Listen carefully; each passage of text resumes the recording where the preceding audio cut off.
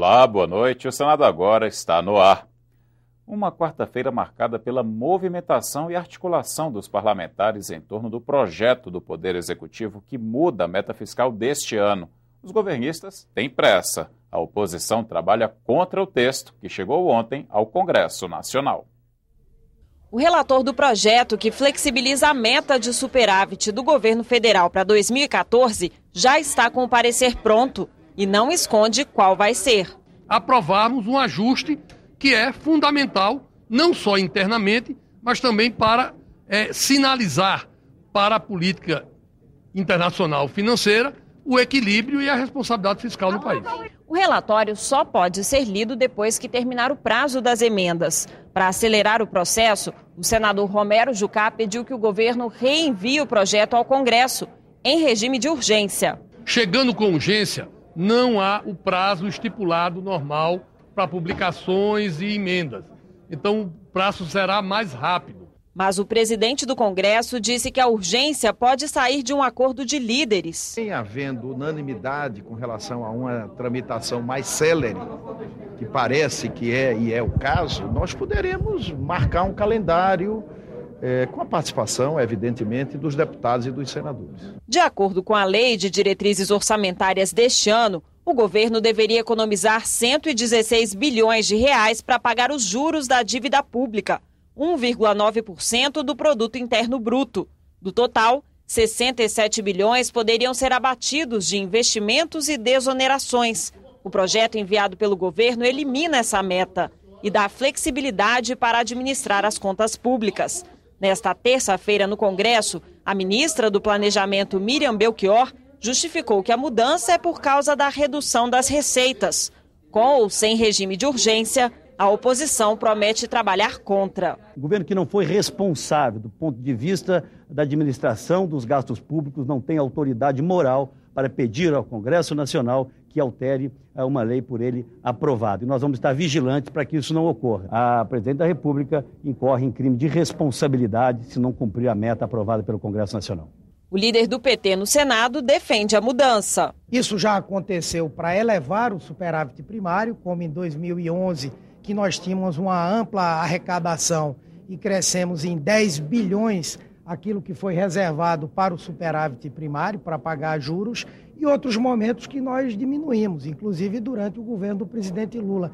Então isso não é uma lei imutável. O presidente do Tribunal de Contas da União não concorda com o projeto. O TCU é responsável pela fiscalização dos gastos públicos. É uma improvisação que nós gostaríamos que não acontecesse no país. Mas, de acordo com os governistas, sem alterar a meta do superávit, não dá para manter investimentos e desonerações. O governo não vai pagar emendas de parlamentares do orçamento impositivo se não for mudada a meta do superávit primário.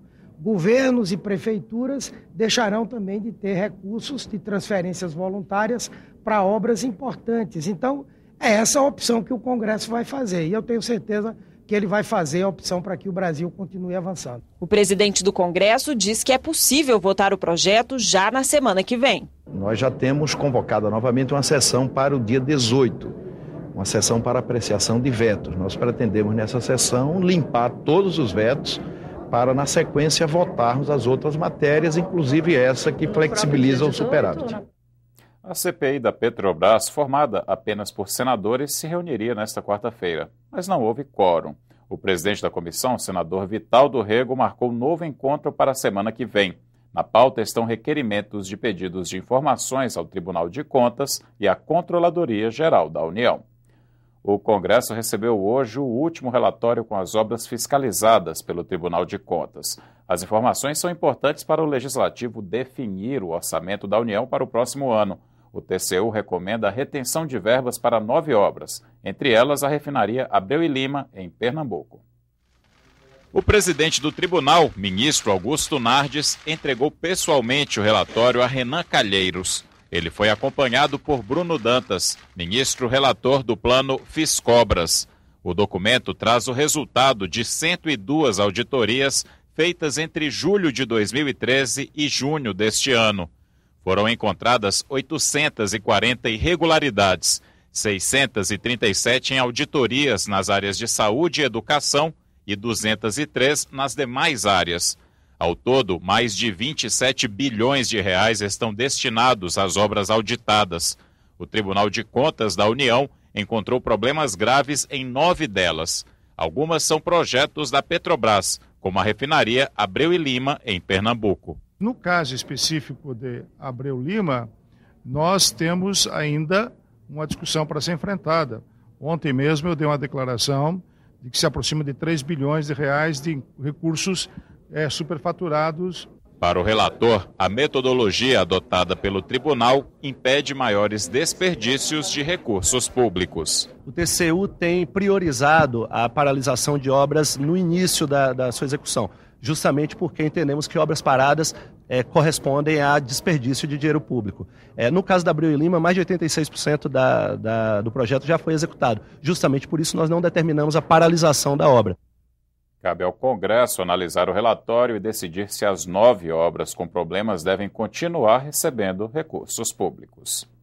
Tramita no Senado uma proposta para acabar com os impostos sobre os remédios.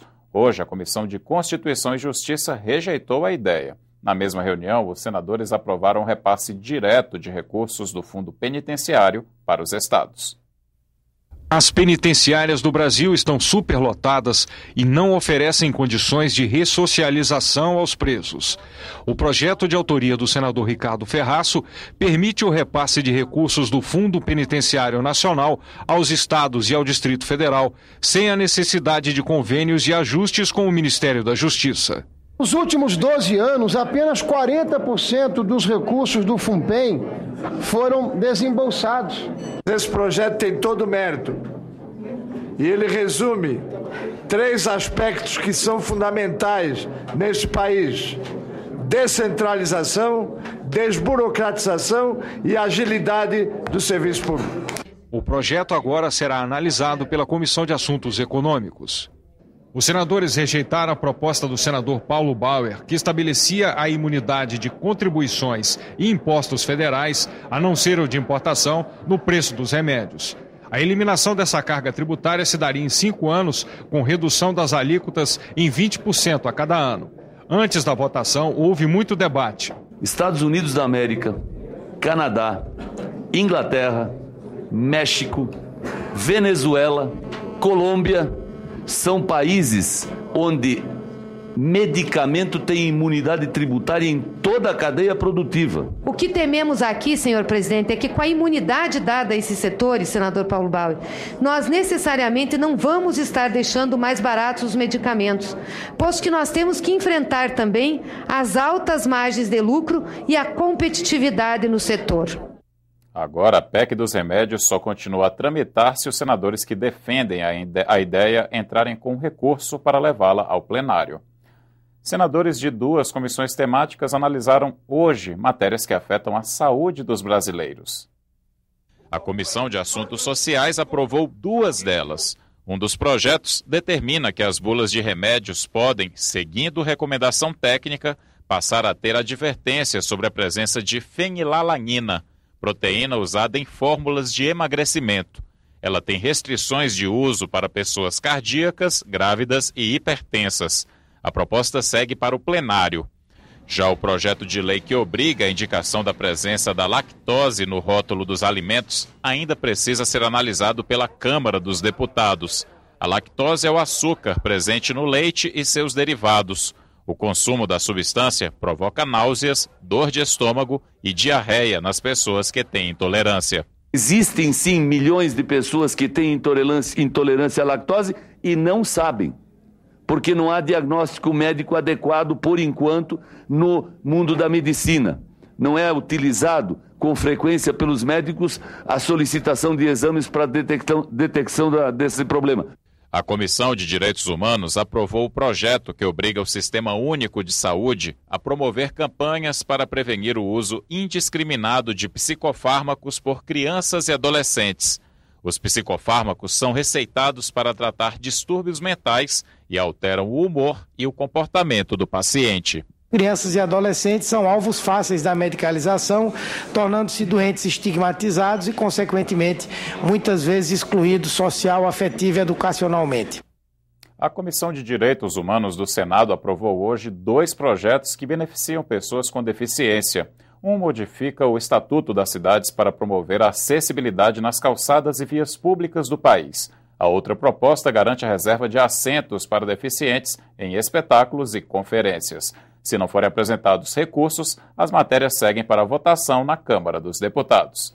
E a CDH também aprovou projetos de lei para beneficiar mulheres e idosos. Um deles estende a tarifa social de energia elétrica a mais famílias. Pela proposta, famílias que tenham pessoas idosas e renda mensal de até 3 salários mínimos serão beneficiadas pela tarifa social de energia elétrica durante os meses de verão. O desconto pode chegar a 10% para consumos de até 220 kWh por mês. Hoje, o benefício é concedido a famílias inscritas no Cadastro Único com renda de até meio salário mínimo per capita. A gente sabe como é difícil para as famílias de baixa renda manter em casa ou sob tratamento pessoas com problemas de saúde ou idosos sem poder ligar o ar-condicionado. Por uma simples razão, porque não há dinheiro para pagar a conta de energia. Os senadores também aprovaram um projeto de lei que concede a mulheres vítimas de violência doméstica o chamado benefício eventual, em razão de vulnerabilidade temporária. Um projeto que tem um mérito muito importante, porque modifica a Lei Maria da Penha e cuida das mulheres no que diz respeito à sua dependência financeira, para que elas se livrem desta dependência e possam sair do ciclo de violência em que se encontram. Esses 2 projetos, o do benefício para a mulher vítima de violência doméstica, que amplia a tarefa social de energia, ainda tem que tramitar por outras comissões do Senado. A profissão de designer está sendo regulamentada. O projeto que a Comissão de Assuntos Sociais aprovou hoje exige desses profissionais curso superior ou 3 anos de experiência comprovada. Se não houver recurso para votar o texto no plenário do Senado, a matéria segue para a sanção presidencial. A Comissão de Assuntos Sociais também aprovou mudanças na lei que regulamenta a profissão dos aeronautas.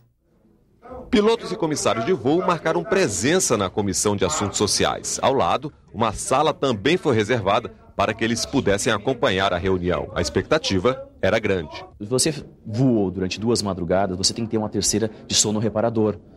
Se você vai poder voar 3 madrugadas num período de 7 dias e não consecutivas. Isso está ligado diretamente ao programa de gerenciamento de fadiga. Se você voou, que hora você voou, que hora você apresentou. Ele considera a hora nas grandes metrópoles, por exemplo, que você saiu de casa, que você acordou. Porque você chegar para voar às 7 horas da manhã, não quer dizer que você acordou às 6. Você acordou nas grandes metrópoles às 3h30, 4 horas da manhã. Então, isso tudo é levado em consideração. Mesmo sem a aprovação dos empresários do setor, o projeto foi aprovado e segue para a Câmara dos Deputados, conforme acordo na comissão. A vida continua pelo acordo firmado e a gente vai negociar lá na Câmara, se assim as partes entenderem necessário. Empregados que trabalham em condições especiais podem ter direito à aposentadoria especial, mesmo se usarem equipamentos de proteção. O projeto foi aprovado pela Comissão de Assuntos Sociais e pode seguir para a Câmara dos Deputados se não houver recursos de senadores para levar o debate ao plenário. A questão é polêmica e já levou o INSS, que é contra, ao Supremo Tribunal Federal. A aposentadoria especial reduz o tempo de trabalho para quem exerce atividades perigosas ou nocivas. Cada comissão permanente do Senado deve avaliar uma política pública do governo. A Comissão de Desenvolvimento Regional fiscaliza os programas de incentivo ao turismo e fez hoje a 2ª rodada de discussões sobre o tema. O Brasil é a 6ª economia de turismo do mundo. Em 10 anos, o número de viagens domésticas dobrou, passou de 100 milhões em 2003 para 200 milhões em 2013. Só que dos 202 milhões de brasileiros, apenas 62 milhões já viajaram. Hoje, a atuação do Ministério do Turismo envolve 3.345 municípios, mas grande parte das ações é dirigida a 65 destinos conhecidos como indutores. São locais mais bem preparados para receber o turista e que servem como modelo para desenvolver o turismo regional. As principais metas do setor estão no Plano Nacional de Turismo. Mas, segundo o Ministério do Turismo, muitas ações ficam prejudicadas pela falta de recursos do orçamento federal. A senadora Lídice da Mata, relatora da política pública escolhida pela comissão, voltou a criticar a postura do executivo em relação a isso. Ela defendeu que é preciso redefinir a composição orçamentária do Ministério, que hoje depende, em grande parte, de emendas parlamentares. Uma fragmentação orçamentária imensa e sem ter uma relação com a prioridade da política pública. Então, o Ministério do Turismo, ele é um faz-tudo. A pulsão por busca de emendas, ela deve ser repensada dentro de uma ação mais inteligente e que possa ampliar, inclusive, essa aplicação. Por isso que nós estamos apresentando essas contribuições, para que a gente possa não apenas ter o foco na infraestrutura, mas em outros setores que são estruturantes da ação do turismo. Já para representante dos dirigentes estaduais de turismo, é preciso ir além e fortalecer o pacto federativo. Não basta o Ministério do Turismo ter um orçamento compatível com alguns programas se lá na ponta os prefeitos, os governadores não assumem esses compromissos. Esse pacto federativo, senadora Lídice, passa por um compromisso desses governadores. Ora, nós temos alguns governos estaduais que já declararam para o Brasil que eles colocaram o turismo na sua pauta econômica. A senadora Lídice da Mata informou que pretende apresentar o relatório sobre as políticas públicas de turismo na primeira semana de dezembro. A Fundação Getúlio Vargas avaliou o cumprimento da Lei de Acesso à Informação em órgãos dos 3 poderes. Entre os parlamentos brasileiros, o Senado Federal foi apontado como a instituição mais transparente. A Fundação Getúlio Vargas auditou 4 assembleias estaduais e 3 câmaras de vereadores, além da Câmara dos Deputados e o Senado Federal. No quesito frequência de resposta a pedidos de informação, o Senado foi a única casa a atingir 100% das solicitações. No tempo médio de resposta, o Senado também ficou em primeiro lugar, menos de 16 dias, 8 a menos que a média geral. Na sessão plenária desta quarta-feira, o presidente Renan Calheiros destacou os resultados do Senado no levantamento. Nós constatamos, pela pesquisa, que o Senado, afinal, chegou onde todos nós queríamos, né? Que é a instituição pública mais transparente do Brasil. Outros senadores também comentaram o desempenho do Senado na transparência pública. Este é, sem dúvida nenhuma, um dos avanços desta atual legislatura e dessa atual gestão. Lamentavelmente, muitas vezes isso não é divulgado da forma para que a população possa perceber. Quero cumprimentar Vossa Excelência por essa grande conquista do Senado, conquista que vai no rumo da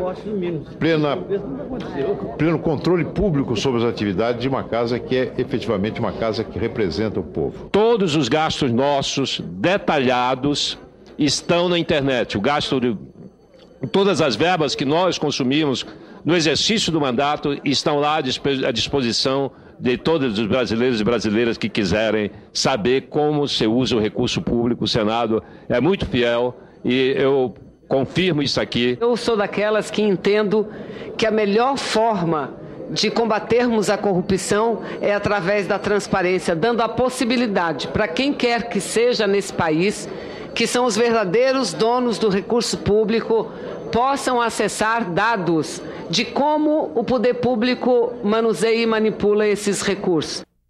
Na soma do desempenho do Senado com as câmaras e assembleias, o Legislativo ficou em terceiro lugar entre os poderes, o Executivo ficou em segundo e o Judiciário em primeiro. Você terá outras notícias a qualquer momento em nossa programação e nesta quinta-feira às 8h15 da manhã no Senado em Dia. Boa noite e até amanhã.